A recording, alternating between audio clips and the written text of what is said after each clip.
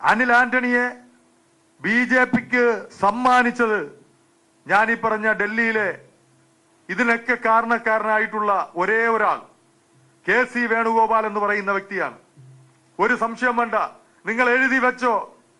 കോൺഗ്രസ് പാർട്ടിയുടെ അന്തകനായി, കോൺഗ്രസ് പാർട്ടി അവസാനത്തിലേക്ക് കൊണ്ടെത്തിക്കുന്ന ആളായി KC വേണുഗോപാൽ മാറും. രാഹുൽ ഗാന്ധിക്ക് ഇതിനെപ്പറ്റി അറിവൊന്നുമില്ല. രാഹുൽ ഗാന്ധിയുടെ അടുത്ത് ചെന്ന് പറഞ്ഞു കൊടുക്കുന്നതാണല്ലോ കാര്യം. അങ്ങനെ KC വേണുഗോപാൽ കോൺഗ്രസിന്റെ അന്തകനായി മാറുന്ന അവസ്ഥയാണ് കഴിഞ്ഞ കുറച്ച് ദിവസങ്ങളായി കണ്ടത്. ഇപ്പൊ കേരളത്തിലും അത് വന്നെത്തി നിൽക്കുകയാണ്. ഇതൊക്കെ കണ്ടുകൊണ്ട് മുന്നോട്ട് പോകുന്നതിൽ വളരെയധികം മാനസികമായ വിഷമവും അതുപോലെ തന്നെ വൈകാരികമായ ബുദ്ധിമുട്ടും ഉണ്ട് എന്നുള്ളത് വസ്തുതയാണ്. അപ്പോ സ്വാഭാവികമായും ആ സീറ്റിൽ വിജയിക്കരുത് എന്ന് ആരൊക്കെ ലക്ഷ്യം വെച്ചിട്ടുണ്ട്. സ്വാഭാവികം UDF മത്സരിച്ചാൽ, G സുധാകരൻ മത്സരിച്ചാൽ അവിടെ UDF അല്ല വിജയിക്കൂ. അത് ജയിക്കരുത് എന്ന് കണക്ക് കൂട്ടിയിരിക്കുന്നു. രണ്ടാമത്തെ സീറ്റ് ഒറ്റപ്പാലത്തെ സീറ്റ് PK ശശിയാണ് മത്സരിക്കുന്നത്. ഞാൻ അറിഞ്ഞുകൂടാത്തോണ്ട് ചോദിക്കുകയാണ്, PK ശശി അദ്ദേഹത്തിന് മത്സരിക്കാമെങ്കിൽ എന്തുകൊണ്ട് രാഹുൽ മാങ്കൂട്ടത്തിനെ പാർട്ടിയിൽ തിരിച്ചെടുത്ത് പാലക്കാട് മത്സരിപ്പിച്ചുകൂടായിരുന്നു? രണ്ടുപേർക്കും എതിരെയുള്ളത് ഒരേ പരാതിയല്ലേ? ആ പരാതിയിൽ ഒന്ന് തീവ്രത കുറഞ്ഞും ഒന്ന് തീവ്രത കൂടിയും എന്നുള്ളതല്ലേ വിഷയമുള്ളൂ.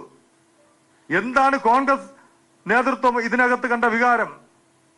PK ശശിക്കെതിരെ പരാതി കൊടുത്തത് ഒരു വനിതാ നേതാവാണ്.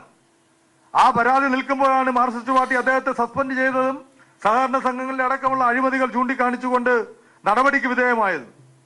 അദ്ദേഹം തിരിച്ച് സ്വതന്ത്രനാകുമെന്ന് പറഞ്ഞപ്പോൾ ഉടനെ പുറകെ പോയി. അദ്ദേഹം ഒന്ന് കാത്തു നിൽക്കേണ്ടി വന്നില്ല, അദ്ദേഹത്തിന്റെ പുറകെ പോയി പിന്തുണ കൊടുക്കുകയാണ്. ഒരേ സമയം ഭൂരിപക്ഷ വർഗീയതയും ന്യൂനപക്ഷ വർഗീയതയും രണ്ട് കൈയിലും വെച്ച് അമ്മാനമാടാൻ കഴിവുള്ള ഒരു പാർട്ടിയായി എന്റെ കോൺഗ്രസ് പാർട്ടി അധപ്പതിച്ചു എന്നുള്ളത് പറയുന്നതിൽ ഈ ശബ്ദം ശ്രവിക്കുന്ന ഏതെങ്കിലും മുക്കിലും മൂലയിലും വരുന്ന് എന്റെ പത്രസമ്മേളനം ചിലപ്പോൾ നിങ്ങൾ ലൈവ് ഉണ്ടെങ്കിൽ, ഇല്ലെങ്കിൽ എന്റെ മീഡിയയിൽ ലൈവ് പോകുന്നുണ്ട്, അതിൽ കേൾക്കുന്ന കോൺഗ്രസുകാർക്ക് എന്നോട് പരിഭവം തോന്നണ്ട. ഇതിവിടെ നടക്കുന്ന ഡീലാണ്. അപ്പോ അത് അംഗീകരിച്ചു കൊടുക്കാൻ കഴിയുമോ? നേമത്ത് രാജീവ് ചന്ദ്രശേഖരനെ വിജയിപ്പിക്കാൻ കഴിയുമോ? അങ്ങനെ ഏതെങ്കിലും കോൺഗ്രസുകാരന് തയ്യാറാകാൻ കഴിയുമോ? ആ ചോദ്യങ്ങളാണ് ഞങ്ങൾക്ക് മുമ്പിൽ വലിയ ആശങ്ക ഉയർത്തിയത്. രാജീവ് ചന്ദ്രശേഖരനെ നേമത്ത് വിജയിപ്പിക്കണം, പകരം അരുവിക്കരയിൽ ശിവകുമാറിനെ വിജയിപ്പിക്കുക, അതുപോലെ തന്നെ വട്ടിയൂർക്കാവിൽ K മുരളീധരനെ വിജയിപ്പിക്കുക. അതിനു വേണ്ടിയിട്ട് ശ്രീലേഖ IPSനെ, കൗൺസിലറിനെ, മുൻ IPS ഉദ്യോഗസ്ഥയെ വട്ടിയൂർക്കാവിൽ കാൻഡിഡേറ്റ് ആക്കി. ഇതെല്ലാം കഴിഞ്ഞ് മലമ്പുഴയിൽ മത്സരിക്കുന്ന ആരാണ്? നേതാക്കന്മാർക്ക് കൊടുത്തിട്ടുണ്ട്. അച്യുതാനന്ദന്റെ PAക്കും സീറ്റ്. ഇവിടെ ഒരു മുഖ്യമന്ത്രിയുടെ PAക്ക് സീറ്റ് കൊടുക്കുന്ന പാർട്ടിയായി ഈ കോൺഗ്രസ് പാർട്ടി അധപ്പതിച്ചു പോകാമോ? അതാണ് ചോദ്യം. മുഖ്യമന്ത്രിയുടെ കൂടെ നടന്നതുകൊണ്ട്, അദ്ദേഹത്തിന്റെ മനസാക്ഷി സൂക്ഷിപ്പുകാരനായതുകൊണ്ട് എല്ലാം അറിയാം. അതാണോ കൈപ്പത്തി കൊടുക്കാനുള്ള അർഹത കോൺഗ്രസിൽ? നമസ്കാരം. 2026 നിയമസഭാ തെരഞ്ഞെടുപ്പ് പടിവാതിക്കൽ എത്തി നിൽക്കുന്ന സമയത്ത് കോൺഗ്രസ് ഇനിയും സ്ഥാനാർത്ഥി നിർണയം പൂർത്തീകരിച്ചിട്ടില്ല. അർഹതപ്പെട്ട പലർക്കും സ്ഥാനാർത്ഥി പട്ടികയിൽ സ്ഥാനം നൽകിയിട്ടില്ല എന്നുള്ള മുറുമുറുപ്പ് കേരളത്തിന്റെ നാനാഭാഗത്തു നിന്നുമുള്ള മുതിർന്ന കോൺഗ്രസ് പ്രവർത്തകരും KSU പ്രവർത്തകരും യൂത്ത് കോൺഗ്രസ് പ്രവർത്തകരും ആരോപണങ്ങൾ, പരാതികൾ ഉന്നയിച്ചുകൊണ്ടിരിക്കുന്നു. ഇതിനിടയിൽ ഡൽഹിയിൽ 4 ദിവസമാണ് K സുധാകരന്റെ സ്ഥാനാർത്ഥിത്വ നിർണയവുമായി ബന്ധപ്പെട്ട് അതിനിർണായകമായ അതിസങ്കീർണമായ സമയം നഷ്ടപ്പെടുത്തിയത് എന്നാണ് പല നേതാക്കളും ഇപ്പോൾ തുറന്നടിക്കുന്നത്. അർഹതയുള്ള പലർക്കും സീറ്റ് നൽകിയിട്ടില്ല. മുഖ്യമന്ത്രിയുടെ പെട്ടിപിടുത്തക്കാര്, അതായത് മൺമറഞ്ഞ കേരളത്തിന്റെ മുഖ്യമന്ത്രി VS അച്യുതാനന്ദന്റെ പെട്ടിപിടിക്കാൻ വേണ്ടി നടന്ന അദ്ദേഹത്തിന്റെ മനസ്സാക്ഷി സൂക്ഷിപ്പുകാരൻ എന്നൊക്കെ പറഞ്ഞ സുരേഷിന് വരെ മലമ്പുഴയിൽ സീറ്റ് കൊടുത്തിരിക്കുന്നു. അതുപോലെ പാർട്ടിയുടെ നേതാക്കന്മാർക്ക് പ്രിയപ്പെട്ട ആളുകളുടെ, അവർക്ക് പെട്ടിപിടിക്കുന്നവരെ, അവർക്ക് വിടുപണി ചെയ്യുന്നവരെയൊക്കെയാണ് സ്ഥാനാർത്ഥിയായി നിർണയിച്ചിരിക്കുന്നത്. കോൺഗ്രസിന്റെ കൈപ്പത്തി ചിഹ്നത്തിൽ മത്സരിക്കുവാനുള്ള അർഹതയും യോഗ്യതയും ഈ നേതാക്കന്മാരുടെ വാലാട്ടികളായി നടക്കുക എന്നുള്ളതാണോ എന്നാണ് ഇപ്പോൾ മാധ്യമ സമ്മേളനം നടത്തിയ യൂത്ത് കോൺഗ്രസ് നേതാവ് NS നുസൂർ തുറന്നടിച്ചിരിക്കുന്നത്. മാത്രമല്ല, ഈ തെരഞ്ഞെടുപ്പിൽ BJP കോൺഗ്രസ് ഒരു അന്തർധാരയായി വർത്തിക്കുന്നു എന്ന് തന്നെയാണ് നുസൂർ തുറന്നടിച്ചിരിക്കുന്നത്.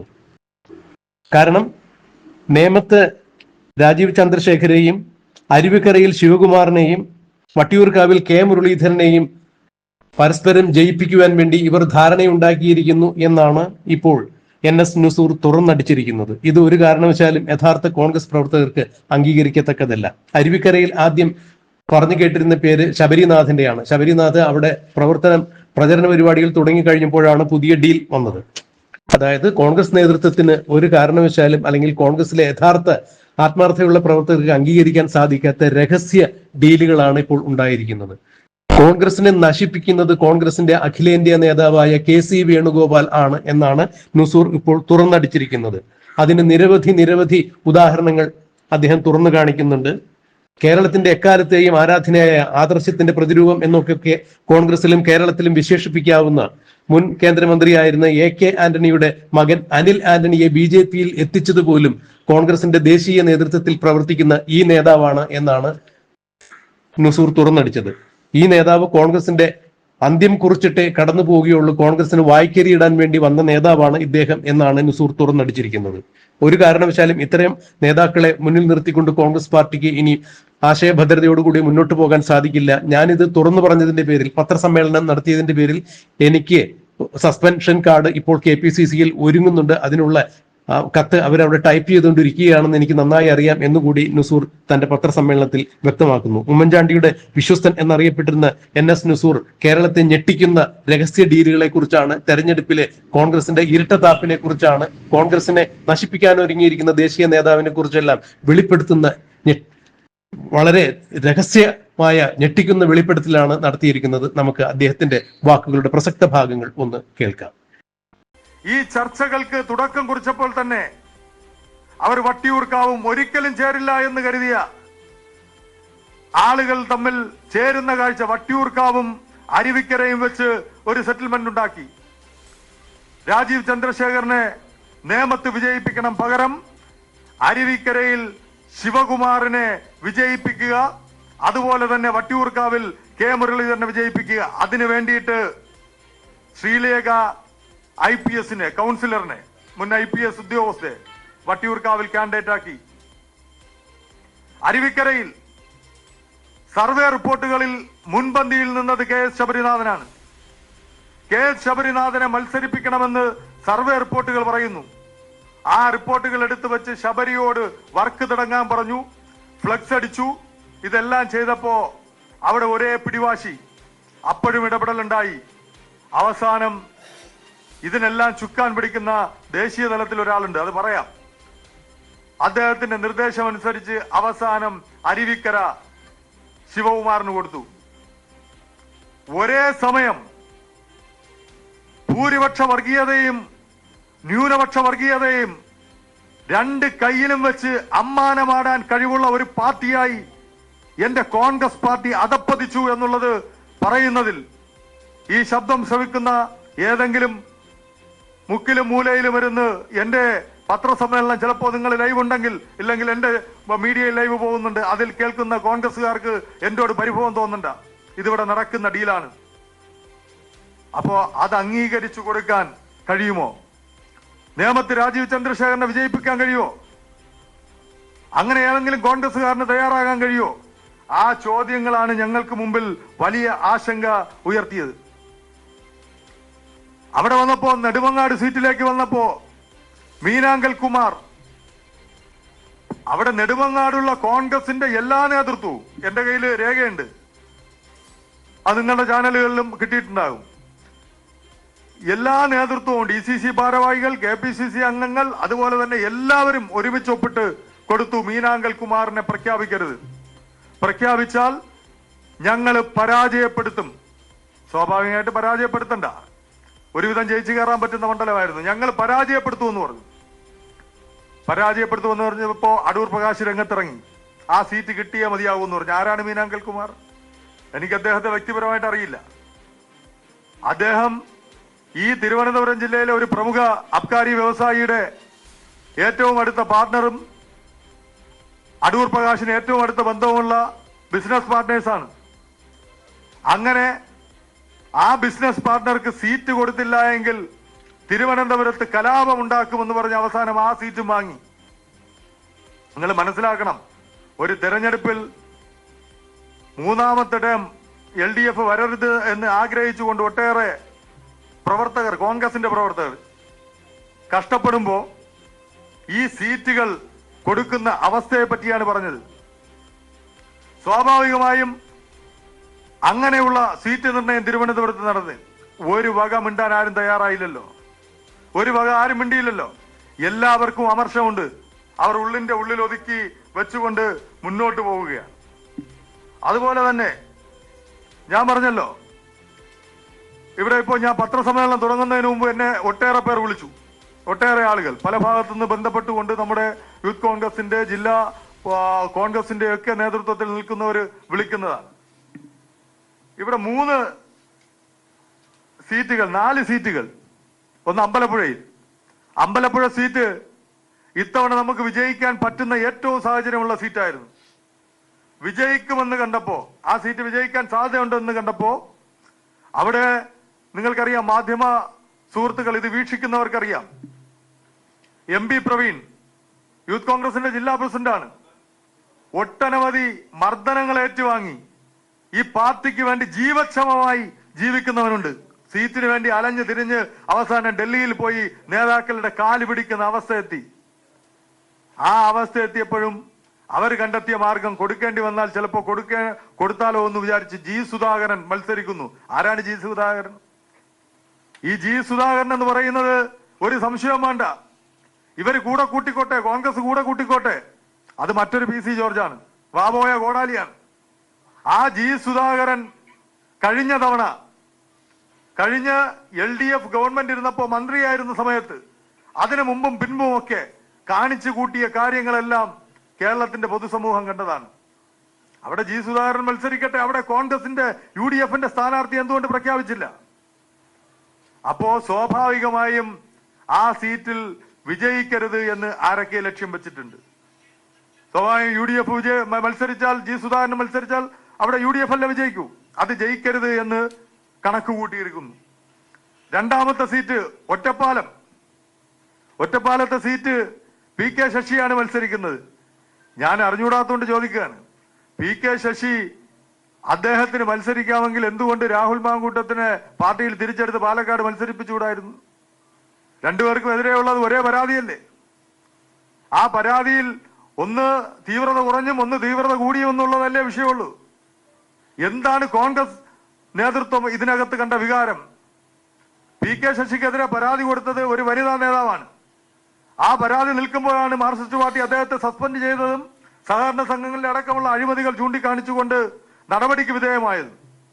അദ്ദേഹം തിരിച്ച് സ്വതന്ത്രനാകുമെന്ന് പറഞ്ഞപ്പോ ഉടനെ പുറകെ പോയി. അദ്ദേഹം ഒന്ന് കാത്തു നിൽക്കേണ്ടി വന്നില്ല, അദ്ദേഹത്തിന്റെ പുറകെ പോയി പിന്തുണ കൊടുക്കുകയാണ്.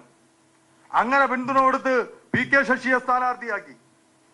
പിന്നെ TK ഗോവിന്ദൻ, തളിപ്പറമ്പ്, നിങ്ങൾക്കറിയോ, അബ്ദുൾ റഷീദ് എന്ന് പറയുന്ന ഈ പാർട്ടിക്ക് വേണ്ടി പ്രസംഗിച്ച് തൊണ്ടപൊട്ടി നടക്കുന്ന ഒരുത്തൻ, ഈ യൂത്ത് കോൺഗ്രസിന്റെ സമര പോരാട്ടങ്ങളിൽ അടികൊണ്ടവൻ, കഷ്ടപ്പാടുകൾ സഹിച്ച് രാഷ്ട്രീയ പ്രവർത്തനം നടത്തുന്നവൻ, സ്വതസിദ്ധമായ ശൈലിയിൽ ആരോടും പ്രകോപിക്കാതെ നടക്കുന്നവൻ, 5 വർഷമാണ് കഷ്ടപ്പെട്ട് തളിപ്പറമ്പിൽ പ്രവർത്തനം നടത്തിയത്. കഴിഞ്ഞ തിരഞ്ഞെടുപ്പിൽ 15,000 വോട്ടിന് ഗോവിന്ദൻ മാസ്റ്റർ വിജയിക്കുമ്പോൾ 15,000 വോട്ടിന്റെ കുറവാണ് അവിടെ ഉണ്ടായിരുന്നത് തളിപ്പറമ്പ്. ഇപ്പോ പാർലമെന്റ് ഇലക്ഷൻ നടന്നപ്പോൾ 8,000 വോട്ട് ലീഡാണ്. അവിടെ അബ്ദുൾ റഷീദ് ജയിക്കും. അത് ഉറപ്പിച്ച സാഹചര്യത്തിൽ അദ്ദേഹം രമേശ് ചെന്നിത്തലയുടെ ആളാണ്. അതുകൊണ്ട് ഡൽഹി അപ്പൊ തന്നെ തീരുമാനിച്ച് ആദ്യമേ സീറ്റ് കൊടുത്ത് ധർമ്മടത്തേക്ക്, സിംഹത്തിന്റെ മടയിലേക്കാണ് പറഞ്ഞു വിട്ടിരിക്കുന്നത്, കടിച്ചു കുടഞ്ഞെടുത്ത് കളയുമല്ലോ. അതിനുവേണ്ടി അങ്ങോട്ടേക്ക് പറഞ്ഞിട്ട് പകരം അവിടെ കൊടുത്തിരിക്കുന്ന ആർക്കാണ്? TK ഗോവിന്ദനെ പിന്തുണയ്ക്കാൻ വേണ്ടി പാർട്ടി തീരുമാനിച്ചു. അപ്പൊ 3. അത് കഴിഞ്ഞ് V കുഞ്ഞികൃഷ്ണൻ പയ്യന്നൂർ എന്നുള്ള സഹപ്രവർത്തകർ രാവിലെ വിളിച്ചതേ ഉള്ളൂ, നിങ്ങൾ പറയുകയാണെങ്കിൽ പയ്യന്നൂരോടൊന്ന് സൂചിപ്പിക്കണമെന്ന്. പയ്യന്നൂരില് സംഭവിച്ചത്, പയ്യന്നൂർ ഇപ്രാവശ്യം വിജയിക്കാനുള്ള സാധ്യതയുണ്ട്. 24,000 വോട്ട് പരാജയപ്പെട്ട് നിന്നിടത്ത് പാർലമെന്റിൽ 9,000 വോട്ടിന്റെ പുറകിലാണ് നമ്മളുള്ളത്. എന്നാൽ അവിടെ V കുഞ്ഞികൃഷ്ണൻ മത്സരിക്കുമെന്ന് പറഞ്ഞപ്പോ മത്സരിക്കുമെങ്കിൽ അത് സ്വതന്ത്രനായിട്ട് മത്സരിക്കട്ടെ എന്ന് തീരുമാനിച്ച് അവിടെ സ്ഥാനാർത്ഥിയെ നിർത്തിയിരുന്നെങ്കിൽ സ്വാഭാവികമായും ആ സീറ്റും വിജയിക്കുമായിരുന്നു, ആ സീറ്റും വിജയിക്കാൻ കഴിയുമായിരുന്നു. പകരം മറിച്ച് ആ പയ്യന്നൂർ സീറ്റ് വി കുഞ്ഞികൃഷ്ണന് വിട്ടുകൊടുത്തു, സ്വതന്ത്രനെ പിന്തുണച്ചു.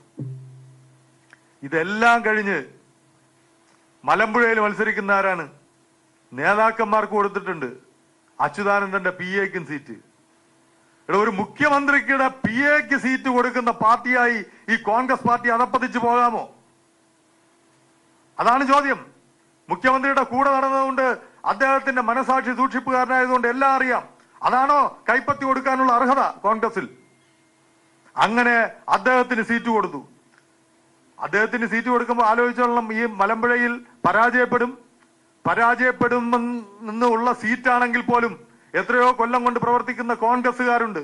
അവർക്ക് കൈപ്പത്തി ചിഹ്നത്തിൽ ഒന്ന് മത്സരിച്ചാൽ അതാണ് ഏറ്റവും വലിയ അംഗീകാരമാണെന്ന് കാണുന്ന ആ കോൺഗ്രസ് പ്രവർത്തകരിൽ ആർക്കെങ്കിലും ഒരാൾക്ക്, അർഹതയുള്ള ഒരാൾക്ക് ആ സീറ്റ് കൊടുക്ക്, പരാജയപ്പെട്ടോട്ടെ. അതിനും തയ്യാറായില്ല, അങ്ങനെ അവിടെ കൊടുത്തു. അപ്പോ ഇവർക്ക് വലിയ ഒരു സ്നേഹം ഉണ്ടായി. കോൺഗ്രസ് പാർട്ടിയിൽ മറ്റൊരാൾ വന്നിട്ടുണ്ടല്ലോ, RSSന്റെ ഐഡിയോളജിയെ ഇന്നും തള്ളിപ്പറയാത്ത, ഇന്നും RSSനെ തള്ളിപ്പറയാത്ത കോൺഗ്രസുകാരിലെ KPCC ജനറൽ സെക്രട്ടറിമാരിലെ RSS ഐഡിയോളജി ഉൾക്കൊണ്ട സന്ദീപ് വാര്യർ. സീറ്റ് കൊടുക്കണം. തവനൂര് പോവാൻ നോക്കി സമ്മതിക്കില്ല, പട്ടാമ്പി പോവാൻ നോക്കി സമ്മതിക്കില്ല, ഇങ്ങ് തിരുവനന്തപുരത്ത് കൊണ്ടുവരാൻ നോക്കി സമ്മതിക്കില്ല. അവസാനം കണ്ടെത്തിയത് തൃക്കരിപ്പൂരാണ്. തൃക്കരിപ്പൂർ സീറ്റിൽ ഒട്ടനവധി ഘടകങ്ങളുണ്ട്.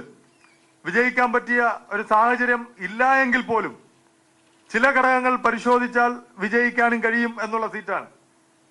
പരാജയപ്പെടുന്ന സീറ്റായിക്കോട്ടെ, വിജയിക്കുന്ന സീറ്റായിക്കോട്ടെ, അവിടെ കൊണ്ട് തൃക്കരിപ്പൂര് സന്ദീപ് വാര്യരെ തന്നെ സ്ഥാനാർത്ഥിയാക്കി. എന്തുകൊണ്ടെന്നറിയോ? അവിടെ BJPക്ക് കുറച്ചു വോട്ടുണ്ട്. സന്ദീപ് വാര്യർ വരുന്നതോടുകൂടി കുറച്ച് BJP വോട്ട് അത് മാറിക്കോട്ടെ. എങ്ങോട്ട് പോവും അതവര് തീരുമാനിച്ചോട്ടെ എന്നുള്ളതാണ്. അങ്ങനെ സന്ദീപ് വാര്യരെ തൃക്കരിപ്പൂര് കൊണ്ടാക്കി. ഇങ്ങനെ അർഹതപ്പെട്ടവരെ എല്ലാം തടഞ്ഞ് ഇവർ പറയുന്നത് തുടർച്ചയായി പരാജയപ്പെട്ടവരെ പരിഗണിക്കേണ്ടെന്നാണ്. കൊല്ലത്ത് സ്ഥാനാർത്ഥി നിർത്തി ബിന്ദു കൃഷ്ണ. എത്ര പ്രാവശ്യമാണ് പരാജയപ്പെട്ടത്? കഴിഞ്ഞ പ്രാവശ്യം തുച്ഛമായ വോട്ടിനാണ് പരാജയപ്പെട്ടത്. പക്ഷെ അർഹതയുള്ളവരെ മാറ്റി നിർത്തി അവിടെ കൊല്ലത്ത് സീറ്റ് കൊടുത്തു. അതിനിപ്പോ റിസൾട്ട് വരുമ്പോൾ നിങ്ങൾ കാത്തിരുന്നോളണം കാണാൻ പോകുന്നത് എന്താണെന്ന്. കൊല്ലത്ത് പുതുമുഖങ്ങളെ പരീക്ഷിക്കാൻ അവർ തയ്യാറായില്ല. ഇന്നലെ KSU പ്രസിഡന്റ് രാജിവെച്ചല്ലോ. എന്തിനാണ് രാജിവെച്ചത്? വിദ്യാർത്ഥി സംഘടനയിലുള്ളവർക്ക് അംഗീകാരം കിട്ടുന്നില്ല എന്നുള്ളതാണ് അദ്ദേഹത്തിന്റെ രാജിയുടെ കാര്യം. വിദ്യാർത്ഥി സംഘടനയിലുള്ളവർക്ക് അംഗീകാരം കിട്ടുന്നതെന്നല്ല, ചിലപ്പോ അദ്ദേഹത്തിന് അംഗീകാരം കിട്ടിയില്ല എന്നുള്ളതായിരിക്കാം. എന്തോ ആയിക്കോട്ടെ, അദ്ദേഹം പരിഗണിക്കപ്പെടാനുള്ള ഒരാളായിരുന്നു അലോഷ്യസ് സേവ്യർ. അത് പരിഗണിക്കാൻ ഈ തൃക്കരിപ്പൂർ സീറ്റിൽ അലോഷ്യസ് സേവ്യറിന് മത്സരിക്കാമായിരുന്നു. അത് സമ്മതിച്ചില്ലല്ലോ. അപ്പോ ഇത് ഹൈജാക്ക് ചെയ്തുകൊണ്ട് ഒരു കോൺഗ്രസ് പാർട്ടിയിൽ ഒരു വിഭാഗം മുന്നോട്ട് പോകുന്നു. ഹൈജാക്ക് ചെയ്തുകൊണ്ടാണ് മുന്നോട്ട് പോകുന്നത്. P. അനിൽകുമാർ MLA, ഷാബി പറമ്പിൽ MP, അതിനുശേഷം PC Vishnunath MLA. Parliamentary party കൂടുന്നതും KPCC കൂടുന്നതും ഒരേ സ്ഥലത്താണ്. കാര്യം എല്ലാ സ്ഥാനങ്ങളും ഒരാളിലേക്കാണ്. MLA-മാർക്ക് തന്നെയാണ് KPCC ഭാരവാഹിത്വം. അങ്ങനെയുള്ള തലത്തിലേക്ക് ഇത് കടന്നുപോയി.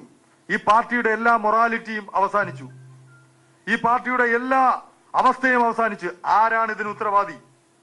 ആരാണ് ഈ RSSന്റെ ഡീല് ഇന്ത്യയിൽ, കേരളത്തിൽ നടപ്പിലാക്കിക്കൊണ്ടിരിക്കുന്നത്? നിങ്ങൾ ഒരു കാര്യം വളരെ വ്യക്തമായി മനസ്സിലാക്കണം. ഞാൻ ഏറ്റവും കൂടുതൽ ആദരിക്കുന്ന, ബഹുമാനിക്കുന്ന വ്യക്തിത്വത്തിന്റെ ഉടമയാണ് ശ്രീ AK ആന്റണി സാർ. അദ്ദേഹം ഞാൻ ആദരിക്കുന്ന, ബഹുമാനിക്കുന്ന ഏറ്റവും വലിയ വ്യക്തിത്വമാണ്. അദ്ദേഹത്തിന്റെ മകൻ BJP പോയി. അതിന്റെ കാര്യവും കാരണവും ഒക്കെ എനിക്കറിയാം. അദ്ദേഹത്തിന്റെ മകൻ BJP പോയി. അന്നത്തെ ദിവസം പലരും അദ്ദേഹത്തെ കുറ്റം പറഞ്ഞു. എനിക്ക് അദ്ദേഹത്തിന്റെ മാനസികാവസ്ഥ നല്ലതുപോലെ എനിക്കറിയാം. അദ്ദേഹത്തിന്റെ അറിവോ അദ്ദേഹത്തിന്റെ സമ്മതമോ അദ്ദേഹത്തിന് ഒരു അംശം പോലും ആ കാര്യത്തിൽ അറിവുണ്ടായിരുന്നില്ല അങ്ങനെ ഒരു സംഭവം സംഭവിക്കുന്നു. ആരാണ് അതിന് ഉത്തരവാദി? ഞാൻ നേരിട്ട് ഉള്ള ഒരു അനുഭവം പറയാം. മുല്ലപ്പള്ളി രാമചന്ദ്രൻ KPCC പ്രസിഡന്റ് ആയിരുന്നപ്പോ ഈ അനിൽ ആന്റണിയെ KPCC ജനറൽ സെക്രട്ടറി ആക്കാൻ വേണ്ടി തീരുമാനിക്കുന്നു. അത് ചിലപ്പോൾ AK ആന്റണിയോടുള്ള സ്നേഹം കൊണ്ടാവാം. പക്ഷെ ഈ AK ആന്റണി KPCC ഓഫീസിൽ വന്നിരുന്ന് ഉമ്മൻചാണ്ടി സാറിനെയും അതുപോലെ തന്നെ രമേശ് ചെന്നിത്തലയും മുല്ലപ്പള്ളിയെയും വിളിച്ചു വരുത്തി പറഞ്ഞത്, എന്റെ മകനെ അവനെ KPCC ജനറൽ സെക്രട്ടറി ആക്കിയാൽ ഇനി രാഷ്ട്രീയ പ്രവർത്തനത്തിൽ AK ആന്റണി കാണില്ല എന്ന് പറഞ്ഞ വ്യക്തിയാണ് AK ആന്റണി. അതിനുശേഷം മകൻ IT സെല്ലിൽ ഇരുന്നല്ലോ. IT സെല്ലിൽ ഇരുന്ന മകനെ ഏറ്റവും കൂടുതൽ ഉപദ്രവിച്ചത്, അനിൽ ആന്റണിയെ ഏറ്റവും കൂടുതൽ ഉപദ്രവിച്ചത് ആരാണ്? അവനെ, അനിൽ ആന്റണിയെ BJPക്ക് സമ്മാനിച്ചത് ഞാനീ പറഞ്ഞ ഡൽഹിയിലെ ഇതിനൊക്കെ കാരണക്കാരനായിട്ടുള്ള ഒരേ ഒരാൾ KC വേണുഗോപാൽ എന്ന് പറയുന്ന വ്യക്തിയാണ്. ഒരു സംശയം വേണ്ട, നിങ്ങൾ എഴുതി വെച്ചോ. കോൺഗ്രസ് പാർട്ടിയുടെ അന്തകനായി, കോൺഗ്രസ് പാർട്ടി അവസാനത്തിലേക്ക് കൊണ്ടെത്തിക്കുന്ന ആളായി KC വേണുഗോപാൽ മാറും. രാഹുൽ ഗാന്ധിക്ക് ഇതിനെപ്പറ്റി അറിവൊന്നുമില്ല. രാഹുൽ ഗാന്ധിയുടെ അടുത്ത് ചെന്ന് പറഞ്ഞു കൊടുക്കുന്നതാണല്ലോ കാര്യം. അങ്ങനെ KC വേണുഗോപാൽ കോൺഗ്രസിന്റെ അന്തകനായി മാറുന്ന അവസ്ഥയാണ് കഴിഞ്ഞ കുറച്ച് ദിവസങ്ങളായി കണ്ടത്. ഇപ്പൊ കേരളത്തിലും അത് വന്നെത്തി നിൽക്കുകയാണ്. ഇതൊക്കെ കണ്ടുകൊണ്ട് മുന്നോട്ട് പോകുന്നതിൽ വളരെയധികം മാനസികമായ വിഷമവും അതുപോലെ തന്നെ വൈകാരികമായ ബുദ്ധിമുട്ടും ഉണ്ട് എന്നുള്ളത് വസ്തുതയാണ്. ഇനി എന്റെ വ്യക്തിപരമായ ഒരു കാര്യം പറയാം. ഇതൊക്കെ ചിലപ്പോ പാർട്ടി വിട്ടു പോകാൻ ഒരു എന്നുള്ളത് നിങ്ങൾ കണക്കാക്കണ്ട. ഇല്ലെങ്കിൽ പാർട്ടിയിൽ നിന്ന് പുറത്താക്കാൻ ഇത്രയും മതി. ചിലപ്പോ എനിക്ക് നല്ലതുപോലെ അറിയാം. ഇപ്പൊ KPCയിൽ ചിലപ്പോ സസ്പെൻഷൻ ഓർഡർ തയ്യാറാക്കിക്കൊണ്ടിരിക്കുകയായിരിക്കും. അവർ ഇന്നലെ എന്റെ പത്രസമ്മേളനം എന്ന് പറഞ്ഞപ്പോൾ തന്നെ മുൻകാല പശ്ചാത്തലം എല്ലാം വെച്ചുകൊണ്ട് അവർക്കറിയാം വാക്കിന്റെ മൂർച്ചയും ഇത് ഓളമൊക്കെ എങ്ങനെയായിരിക്കും എന്നുള്ളത്. അതുകൊണ്ട് സസ്പെൻഷൻ ഓർഡർ അവിടെ തയ്യാറാക്കിയായിരിക്കാം. അത് തയ്യാറാക്കുന്ന സ്വാമിക്ക് പോലും കയ്യൊന്നിറക്കും. അത് തയ്യാറാക്കാൻ പറഞ്ഞ ആർക്കായിരുന്നാലും കയ്യൊന്നിറക്കും. കാര്യം വേറൊന്നും കൊണ്ടല്ല, ഈ പറയുന്നവനേക്കാളും ആ കെട്ടിടവുമായി ബന്ധം ചിലപ്പോൾ എനിക്കുണ്ടാവും. അതുകൊണ്ടാണ്. എന്തായിരുന്നാലും എനിക്കറിയേണ്ട ഒരേ ഒരു കാര്യം, അത് പൊതു മനസാക്ഷിക്ക് മുമ്പിലാണ്, പൊതുസമൂഹത്തിന് മുമ്പിലാണ് ഉയർന്നു വരേണ്ട ഒരു ചോദ്യം ഞാൻ ചെറുപ്പക്കാരോടാണ് ചോദിക്കുന്നത്. എന്നെ പരിഗണിച്ചു, സീറ്റിൽ പരിഗണിച്ചു. എന്നോട് സീറ്റില്ല എങ്കിൽ നിനക്ക് സീറ്റില്ല എന്ന് വിളിച്ചു പറയണം. ഒന്ന് ഫോണിൽ വിളിച്ചിട്ട് സീറ്റില്ല, അത് പരിഗണിക്കാൻ പറ്റുന്ന സാഹചര്യമല്ല, ഞാൻ അത് ഉൾക്കൊള്ളും.